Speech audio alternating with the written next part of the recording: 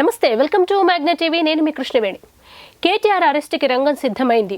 రేవంత్ రెడ్డి ప్రభుత్వం త్వరలోనే ఈ నిమిషమో మరుక్షణమో రేవంత్ రెడ్డి కేటీఆర్ని అరెస్ట్ చేయబోతున్నారు. ఈ వార్తలే ఎక్కడ చూసినా వినిపిస్తున్నాయి.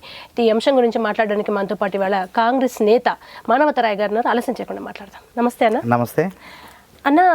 రేవంత్ రెడ్డిని ముఖ్యమంత్రిని చేసి దానికి ముందు అరెస్ట్ తర్వాత ముఖ్యమంత్రి. తెలుగు రాష్ట్రాల్లో ఈ సెంటిమెంట్ బాగా నడుస్తుంది. మా రేవంత్ రెడ్డిని అరెస్ట్ చేశారు, ముఖ్యమంత్రిని చేశారు అన్నారు. ఇప్పుడు కేటీఆర్ని అరెస్ట్ చేసి ఆయన ముఖ్యమంత్రిని చేద్దామని డిసైడ్ అయింది. ఏంది కాంగ్రెస్ ప్రభుత్వం? అంటే ప్రతిసారి అట్లా అనుకుంటే పొరపాటే. ఇప్పుడు కేటీఆర్ వాళ్ళ నాయన ముఖ్యమంత్రి, మాజీ ముఖ్యమంత్రి కేసీఆర్ వాళ్ళ హయాంలో 10 ఏళ్ల హయాంలో తెలంగాణ దోపిడీకి గురైంది. అన్ని రకాలుగా ప్రకృతి సంపద దగ్గర ఇసుక, చెట్లు, పుట్టలు అన్నీ కూడా దోపిడీ చేశారు. వాళ్ళ జేబులో వేసుకున్నారు. ప్రజాధనం మొత్తం కూడా దుర్వినియోగమైంది. అట్లాంటి టైంలో కేసీఆర్ని ఎదిరించేవాడే లేడు అన్న పరిస్థితుల్లో కేసీఆర్ని ఎదిరించేవాడు వచ్చిండు అని చెప్పి ఒక రేవంత్ రెడ్డిని చూశారు ప్రజలంతా, ఒక కాంగ్రెస్ పార్టీని చూశారు ప్రజలంతా. కేసీఆర్ యొక్క అవినీతి పైన ప్రశ్నించేటువంటి నాయకుడు రేవంత్ రెడ్డి అని చెప్పి ప్రజలు నమ్మారు. కాంగ్రెస్ పార్టీ అని చెప్పి ప్రజలు నమ్మారు. బీజేపీ నమ్మలేదు. కాళేశ్వరంలో పెద్ద ఎత్తున అవినీతి జరిగింది, దాన్ని వెలికి తీస్తాం అధికారంలోకి వస్తే మాకు ఓట్లేయండి అంటే ప్రజలు కాంగ్రెస్కు ఓటేశారు. మరి ఓటేసి గెలిపించి అధికారం ఇచ్చిన తర్వాత మేము ఊరికనే కూర్చొని వాళ్ళు చేసిన తప్పులను అట్నే క్షమిస్తూ పోతే ప్రజలు మమ్మల్ని నమ్ముతారా? వాళ్ళ నమ్మకాన్ని మేము ఒమ్ము చేయొద్దంటే, జవాబుదారీతనంగా ఉండాలంటే తప్పు చేసిన వాళ్ళని తప్పకుండా శిక్షించాలి. ఫార్ములా 1 రేస్ విషయానికి వద్దాం. అంటే కేటీఆర్ ఏమైనా చట్టానికి అతీతుడా? కేటీఆర్ ఎవరైనా సమానమే. అల్లు అర్జున్ అయినా, కేటీఆర్ అయినా, సామాన్యుడైనా, చప్రాసి అయినా అందరికీ చట్టం ఒకటే. కాబట్టి తప్పు చేసినప్పుడు సాక్ష్యాధారాలు ఉన్నప్పుడు తప్పకుండా శిక్షింపబడతారు. రేవంత్ రెడ్డి అరెస్ట్ చేయడు. అవినీతి నిరోధక శాఖ అన్ని ఆధారాలు, రుజువులన్నీ కూడా సమీకరించి గవర్నర్ గారికి ఒక పద్ధతి ప్రకారం గవర్నర్ గారికి ఆ ఫైల్ పంపి అనుమతి పొంది ఆయన్ని విచారణ చేసేందుకు రేపు మాపో పిలుస్తారు. అన్న, ఓపెన్ సీక్రెట్ అన్న, ప్రజాస్వామ్యంలో తెలియని ఏం లేదు. అవినీతి నిరోధక శాఖ ఏం సబ్మిట్ చేయాలన్నా పైనుంచి ఏ ఫోర్స్ వచ్చి ఎవరి మీద కేసు పట్టు, ఎవరి లోతుపాట్లు ఎవరు వెతుకుతారో తెలియదా? అది ప్రాంతీయ పార్టీలో నియంతృత్వంగా ఉంటుంది, కానీ జాతీయ పార్టీలో ఆ విధంగా ఉండదు. ఒక పద్ధతి, ఒక చట్టాలని గౌరవిస్తాం, ఆ చట్టానుసారమే జరుపుకుంటా పోద్ది. కాబట్టి వెంటనే రాంగలని ముఖ్యమంత్రి కాంగల కూర్చొని జైల్లో వేస్తా అంటే కుదరదు. అది ఒక విచారణ ఉండాలి, ఆధారాలు సేకరించాలి. సేకరించిన తర్వాత బలమైనటువంటి రుజువులు, ఆధారాలు దొరికిన తర్వాత అప్పుడు ఆ సంస్థలు, విచారణా సంస్థలు చెప్పిన విధంగా పోలీసులు నడుచుకుంటారు. ఇప్పుడు కాళేశ్వరంలో పినాకిని ఘోష్ అనేటువంటి కమిషన్ విచారణ పూర్తయింది. ఇంజనీరింగ్ అధికారులు మాకేం తెలియదు, ముఖ్యమంత్రి, నీటిపారుదల శాఖ మంత్రి తప్పు చేశారన్నారు. అదేవిధంగా ఐఏఎస్లు స్మితా సబర్వాల్ నిన్న మొన్న ఆమె గారు ఏం చెప్పారు, మాకేం తెలియదు, మొత్తం ప్రభుత్వంలో పెద్దలే తప్పించుకున్నారు. ఇప్పుడు ఎవరు దొరికింది? ప్రభుత్వాన్ని నడిపిన పెద్దలు ఎవరున్నారు? ఆ రోజు అవినీతికి పాల్పడింది ఎవరో మనకు స్పష్టంగా అర్థమైపోయింది. తప్పకుండా ఫార్ములా 1 రేస్లో కేటీఆర్ గారిపైన అవినీతి నిరోధక శాఖ తప్పకుండా వారిపైన చర్యలు తీసుకుంటుంది, చట్ట ప్రకారం నడుచుకుంటుంది, తప్పకుండా ఎదుర్కోవాల్సిందే. న్యాయపరమైన విచారణని ఎంత పెద్దవాడైనా ఎదుర్కోవాల్సిందే. ఇందులో ఆ కేసు జైలుకు పోంగలోనే నేను ముఖ్యమంత్రి అవుతా అని చెప్పి కలగంటే పొరపాటు. నేను ఒక ఉదాహరణ చెప్తా. ఈ దురాశ, రేవంత్ రెడ్డి ముఖ్యమంత్రి పిసిసి ప్రెసిడెంట్గా ఉండి జైలుకు పోయి ముఖ్యమంత్రి అయ్యిండు, నేను ముఖ్యమంత్రి అవుతా అని అంటే ఒక కథ మీకు చెప్తా, గుర్తు చేస్తాం. మా చిన్నప్పుడు అందరూ చదువుకున్నది పుస్తకాల్లో, ప్రతి వాళ్ళు కూడా గుణపాఠాలు, నైతికంగా పాఠాలు నేర్చుకున్న కథ అది. ఒక పేదవాడు గొడ్డలు కొట్టి చెట్లు నరికేవాడు కథ విన్నాం మనం. పోయి అడవిలో పోయి నది ఒడ్డిన చెట్టు నరుకుతుంటే తన ఇనుప గొడ్డలు పోయి నీళ్ళలో పడుతుంది. నీళ్ళలో పడితే పాప అన్నం పెట్టే గొడ్డలి నీళ్ళలో పడిందని నది ఒడ్డిన కూర్చొని ఏడుస్తుంటే దేవత ప్రత్యక్షమైంది. బాబు ఎందుకు ఏడుస్తున్నావు నాయన అంటే, అమ్మ తల్లి నాకు ఇదే ఆధారం, నా కుటుంబాన్ని పోషించుకోవాలంటే ఇది ఒకగానొక్క ఇనుప గొడ్డలి నీళ్ళలో పడిపోయింది, మళ్ళీ ఇంకో గొడ్డలు కొనుక్కునే శక్తి నాకు లేదు అనే దేవత. అంటే దేవత వెంటనే కరుణించి ఏం చేసిద్ది, ముందు వీడు అసలు వీడు దురాశపరుడా లేకపోతే నిజాయితీపరుడా అని చెప్పి పరీక్షిద్దామని చెప్పి నదిలో మునిగి మంచి వజ్ర వైడూర్యాలు పొదిగినటువంటి గొడ్డలు తీసుకొచ్చి ఇది నీదేనా అంటది. అమ్మ, అంత వజ్ర వైడూర్యాలు పొదిగిన గొడ్డలు నా దగ్గర ఉంటే నేను అడవిలోకి ఎందుకు వస్తా, చెట్లు ఎందుకు కొట్టుకుంటా అమ్మ అని చెప్పంగానే మళ్ళీ మునిగి బంగారం గొడ్డలు పట్టుకొస్తుంది. అట్లా రెండోసారి ఇది నా బంగారం గొడ్డలు కూడా నాది కాదమ్మా నిజాయితీగా చెప్తాడు. మూడోసారి ఏం చెప్తాడు, ఆమె నిజంగా అసలైనటువంటి ఇనుప గొడ్డలు తీసుకొస్తుంది. చూడండి అమ్మ, ఇదే నా గొడ్డలు అమ్మ, నాకీ అమ్మ, చెట్టు నరుక్కుంటా, కట్టెలు కొట్టుకొని అమ్ముకుంటా, నా కుటుంబాన్ని పోషించుకుంటా అన్నాడు. ఆయన నిజాయితీకి మెచ్చి వెంటనే ఆ దేవత నువ్వు కష్టాలు లేకుండా బతుకు హాయిగా జీవించని చెప్పి ధనవంతుడుగా అని చెప్పి దీవిస్తుంది, డబ్బులు అన్నిటువంటి ధనరాశులు ఆయనకి ఇస్తుంది. ఆ విధంగా దేవత ఇచ్చిన వరంతో ఆయన కుబేరుడైతుడు. పక్కన ఉన్నటువంటి కేటీఆర్ లాంటివాడు ఏం చేస్తాడు, ఈయనకి ఎట్లా వచ్చినాయి అబ్బాయి, ఇంత డబ్బు ఎట్లా వచ్చిందని తెలుసుకుంటాడు. తెలుసుకొని నిజంగానే కావాలని చెప్పి ఆ చెట్టు నరికినట్టు నటించుకుంటూ ముఖ్యమంత్రి కావాలన్నా, రేవంత్ రెడ్డి జైలుకు పోతే ముఖ్యమంత్రి రెడ్డి ప్రజలు చేశారు ఆయన్ని. నువ్వు జైలు పోయినందుకు కాదు, కష్టాలు నిన్ను ఎదిరించిండు. 10 ఏళ్ళు మీకు ఎదురే లేదు, మిమ్మల్ని ప్రశ్నించేవాడు లేడు అన్న టైంలో ప్రజల కోసం కష్టపడి పోరాటం చేస్తే మీరు తప్పుడు కేసులు పెట్టి చిన్న పిడి కేసులు ఆయన జైలుకు పంపారు. కానీ ఇక్కడ వీడికి అట్లాంటి కేటీఆర్ లాంటి దురాశపడు ఏం చేసిండు, ఇనపగొడ్డలు తీసుకొని నరకకుండా కావాలని చెప్పి నీళ్ళలేసు. దేవత తెలవదా, కావాలని చెప్పి నీళ్ళలోకి వేస్తే దేవత ప్రత్యక్షమైపోయి వీడు ముసల కన్నీళ్ళు గారుస్తుంటే దొంగడిపులు ఏడుస్తుంటే అడుగుతూ ఏంది నాయన నువ్వు ఎందుకు ఏడుస్తున్నావు అంటే, అమ్మ నా గొడ్డలి నీళ్ళలో పడిపోయింది అంటాడు. దేవత వీడి మనసులో ఉన్న మర్మం కనుక్కుందాం, వీడు చేసేది ఆమెకు అర్థమైపోయింది అని చెప్పి బంగారు గొడ్డలు తీసుకొస్తుంది. వజ్ర వైడూర్యాలకు కూడినటువంటి బంగారు గొడ్డలు తీసుకురాగానే దురాశ పడ్డు కదా, దురాశ దుఃఖానికి చేటు అంటానికి ఇది ఉదాహరణ. కేసీఆర్ కూడా అదే అయింది. దురాశ జైలుకు పోతే నేను ముఖ్యమంత్రి అవుతా అని పోతాడు కదా వీళ్ళు ఊరుకుంటూ. ముఖ్యమంత్రి అట్లాంటి వాళ్ళు గారు, ఏం కొట్లాడిండని ముఖ్యమంత్రి అవుతారు. కాబట్టి ఆ గొడ్డలు ఇయ్యంగలోనే, ఆ తల్లి ఇయ్యంగలోనే ఆ దురాశ ప్రౌఢుల కేటీఆర్ లాంటి వ్యక్తి ఇది నా గొడ్డలే అని చెప్పి తీసుకుంటాడు. తీసుకోగానే దేవత శపిస్తుంది, ఉన్నది పోద్ది, ఉంచుకున్నది పోద్ది వాడికి. కాబట్టి కేసీఆర్ కూడా గతి అంతే, నేను జైలు పోతే ముఖ్యమంత్రి అని చెప్పి ఈ విధంగా ప్రజల్ని నమ్మిస్తాడు.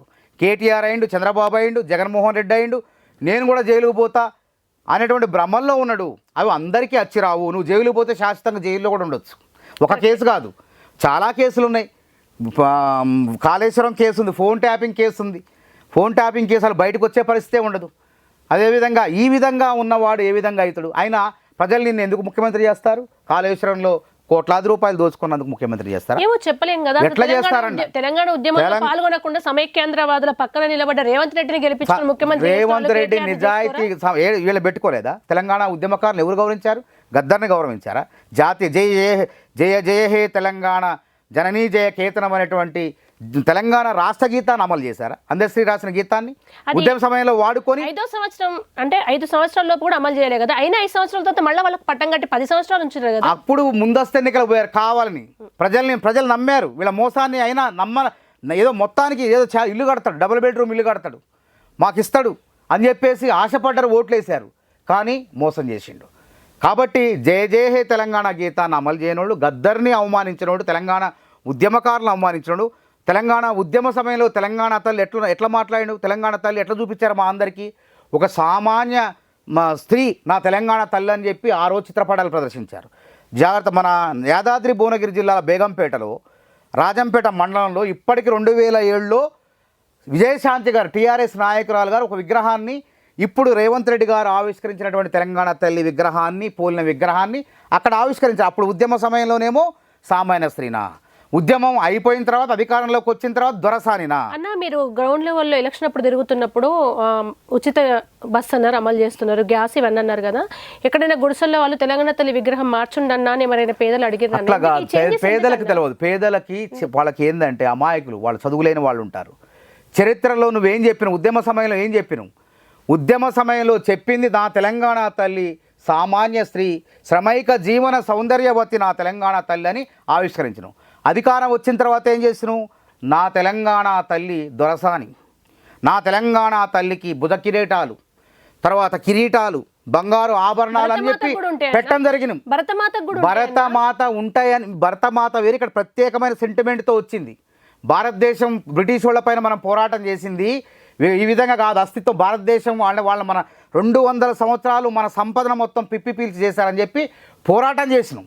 భరతమాత మనం పెట్టుకున్నాం. భరతమాతకి ఏమో మామూలు స్త్రీనానే ఉంటుంది భరతమాత. చూడండి ఈ విధంగా కిరీటాలు కొంతమంది మనం ఊహించుకుంటాం. కానీ తెలంగాణ ఏం చెప్పిను? ఉద్యమ సమయంలో ఏం చెప్పిను? మేమందరం అదే పాటించినాం. టీజీ తీసి తెలంగాణలో రేవంత్ రెడ్డి అన్న తెలంగాణ ఉద్యమం అప్పుడు పాల్గొనలే, అందుకే బతుకమ్మ కూడా. రేవంత్ రెడ్డి ఎవరన్నారు పాల్గొనలేదని? ఎవడన్నా చెప్పండి అమ్మా. ఏ విధవన్న నేను చెప్తే ఉద్యమకారుడు, నేను జైలుకు పోయినాడు చెప్తాను. ఓయూజేఏసీ ఉద్యమకారుడుగా నేను చెప్తున్నా. బతుకమ్మలు పెట్టి మన ఉద్యమం, అరే బోయిలో బతుకమ్మలు పెట్టు. రేవంత్ రెడ్డి నన్ను చెప్పని అమ్మ, బతుకమ్మని గౌరవించుకోవాలి కానీ తెలంగాణ తల్లి చేతిలో పెట్టాల్సిన అవసరం ఏముంది? తెలంగాణ తల్లి అభయం ఇవ్వాలి మనకి. తెలంగాణ తల్లి బిడ్డలందరూ 4 కోట్ల బిడ్డల్ని ఆశీర్వదించాలి, అభయం ఇవ్వాలి. తెలంగాణ తల్లి చేతిలో బరువు ఎందుకు పెట్టాలా? తెలంగాణ బతుకమ్మను ఆడుకోవాలా? బతుకమ్మ బరువు కాదన్న, మన గౌరవం, మన గౌరవం, మన సాంప్రదాయాన్ని మనం ఆడుకోవాలా, పాడుకోవాలా. సందర్భం వచ్చినప్పుడు, మాసం వచ్చినప్పుడు బతుకమ్మ ఆడాలా. తెలంగాణ తల్లి చేతులు అది నేరమైనట్టు చేయబెడితే, తల్లి ఎప్పుడు విగ్రహాలు దేవత లెక్క భావిస్తాం. విగ్రహాలు ఎవరు? మన తెలంగాణ తల్లి మనకు దేవత. దేవత ఎప్పుడు అవును, సామాన్య స్త్రీ ఎందుకు ఎవరన్నారు? తల్లి ఆశీర్వదించ. మన తల్లి మనం బయటికి పోతుంటే ఆశీర్వదించదా? చేతులు లేవా? మామూలు స్త్రీలాగా ఉండాలి, దేవతలాగా ఉండదు, భుజ కిరీటాలు ఉండదు. కానీ దేవతే మళ్ళీ ఆశ్రయిస్తే దేవత కిరీటం పెడతాం కదా. నా తెలంగాణ తల్లి అంటే దేవతతో సమానం. అంటే కిరీటం అంటే దేవత కిరీటాలు ఉంటాయా? దేవతల కిరీటాలు పెట్టుకున్నది అని చెప్తాను. అది అంటున్నా. నా తల్లి ఇప్పుడు మనం ముత్యాలమ్మ ఉంటుంది, ముత్యాలమ్మ కిరీటాలు ఉంటాయా? ముత్యాలమ్మ గ్రామ దేవతలకు, గ్రామ దేవతలు మామూలు స్త్రీలాగానే ఉంటారు. ఇది తెలుసుకోండి చరిత్ర. గ్రామ దేవతలు ఎల్లమ్మ, పోచమ్మ వీళ్ళందరూ ఎట్లుంటారు? ముత్యాలమ్మ అటు ఆంధ్రాకి వెళ్ళి ఉంటుంది, ఖమ్మం అటు ఉంటాయి.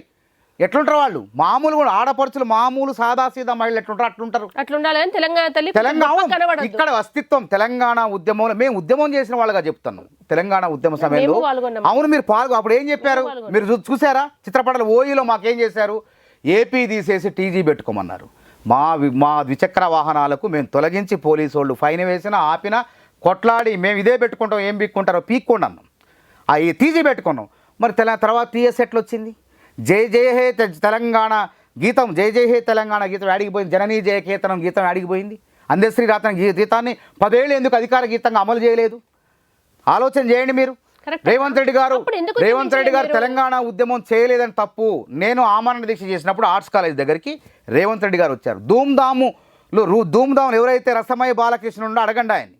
ఆ ధూమ్ధాములు వెనక ప్రోత్సహించిన వ్యక్తి ఇప్పటికీ ఉస్మానియా యూనివర్సిటీలో గోడల మీద ఆ ధూమ్ధామ్ కరపత్రాల్లో రేవంత్ రెడ్డి పేరుంది. ఎవరన్నారు చేయలేదని?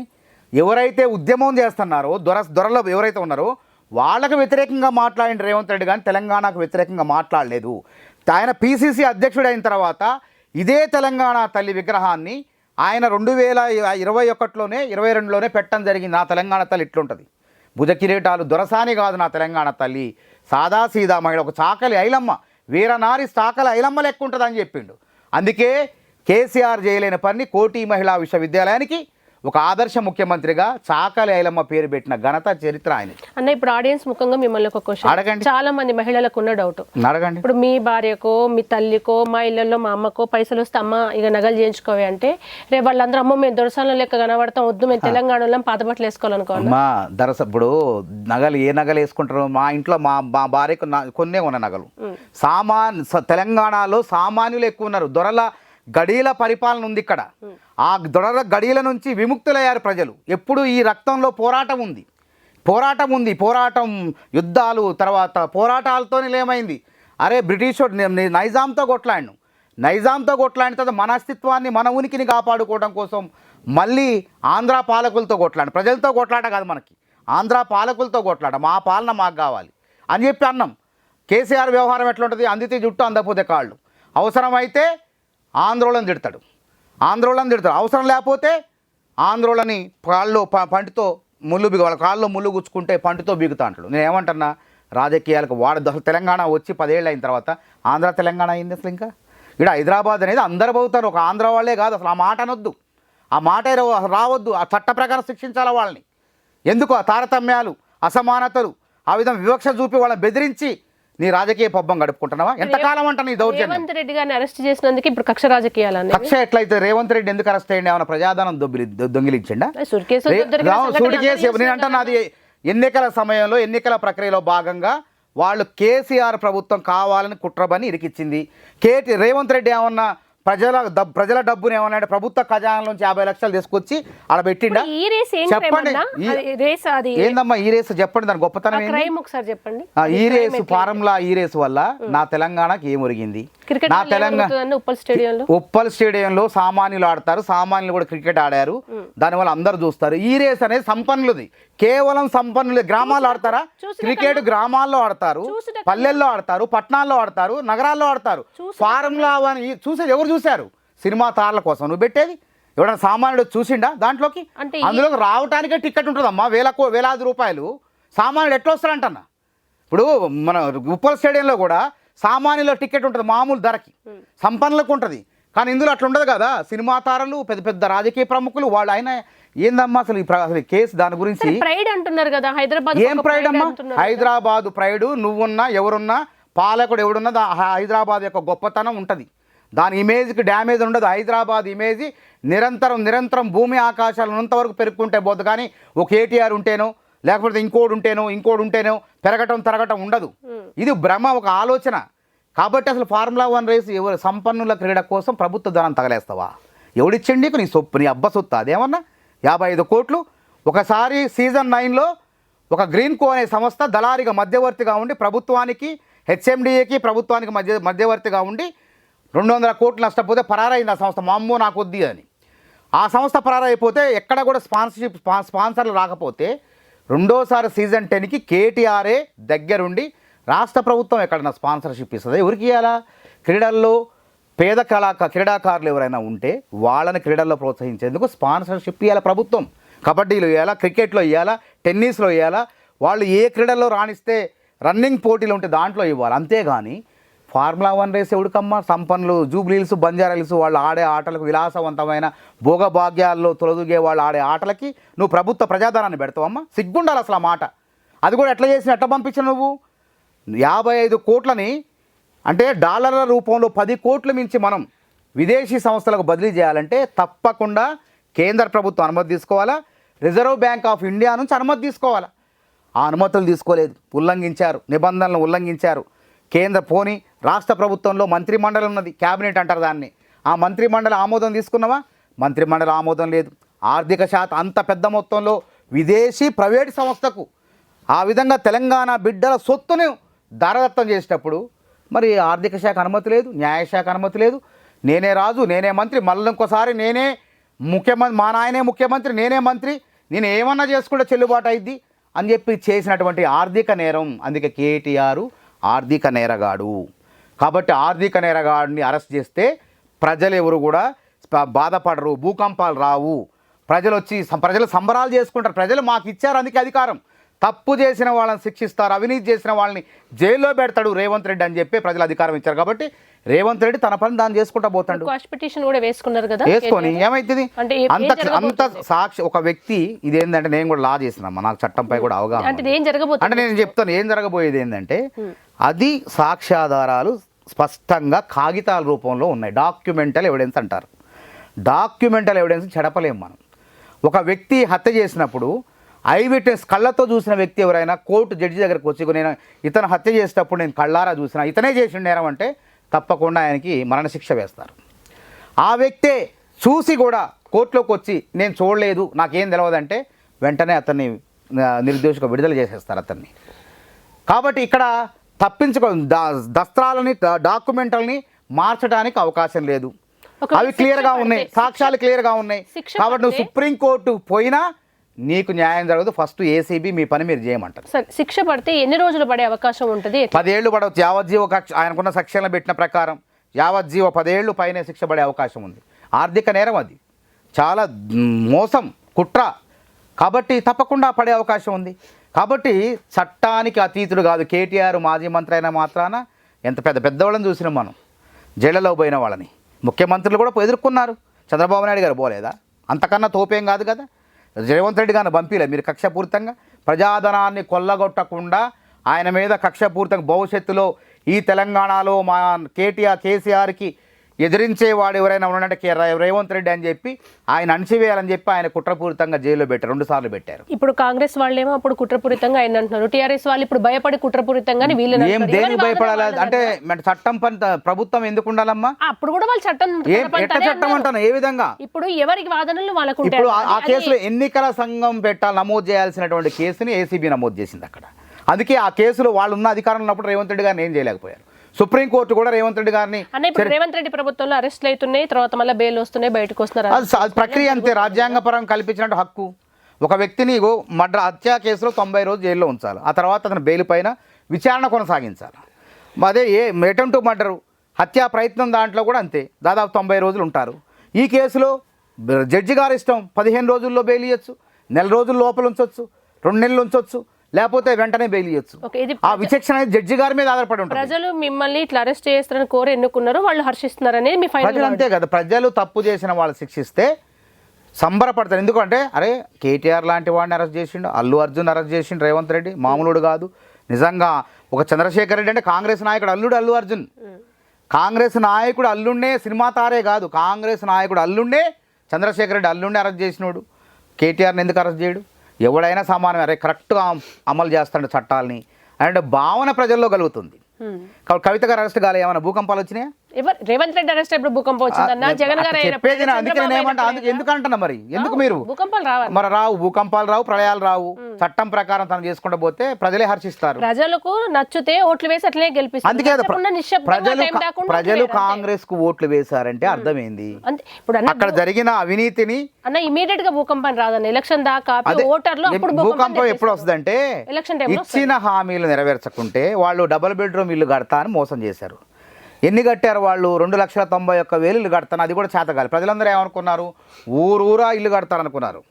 ఊరూరా ఇల్లు కడతా అనుకుంటే కాంగ్రెస్ వాళ్ళు కట్టిన 20 లక్షల ఇల్లు ఉన్నాయి, వీళ్ళు కూడా 20 లక్షల డబుల్ బెడ్రూమ్ ఇల్లు కడతారనుకున్నారు వాళ్ళు.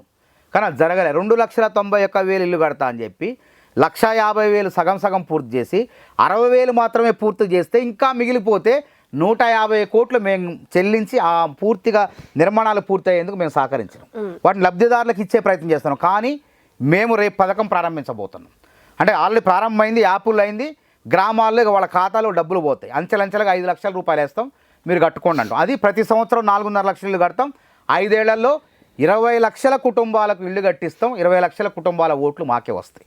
వాళ్ళు చేయలేని పని మేము చేస్తాం. గతంలో కట్టినాం, ఇప్పుడు చేస్తాం. 40 లక్షల కుటుంబాలకు గృహజ్యోతి పథకం కింద 49 లక్షల కుటుంబాలకు 200 యూనిట్ల ఉచిత విద్యుత్ ఇస్తున్నాం. 49 లక్షల కుటుంబాల ఆశీస్సులు కాంగ్రెస్ ప్రభుత్వానికి ఉంటాయి. వీళ్ళకి ఎక్కడ ఉంటాయమ్మా? వీళ్ళు చేయలేదు, ఏది చేయలేదు. 25 లక్షల మంది రుణమాఫీ చేసినాం. 21,000 కోట్లు వాళ్ళ ఖాతాలు వేసిన 25 లక్షల మంది రైతుల వాళ్ళందరి కుటుంబాలని కూడా కాంగ్రెస్ పార్టీకి అండగా ఉంటాయి.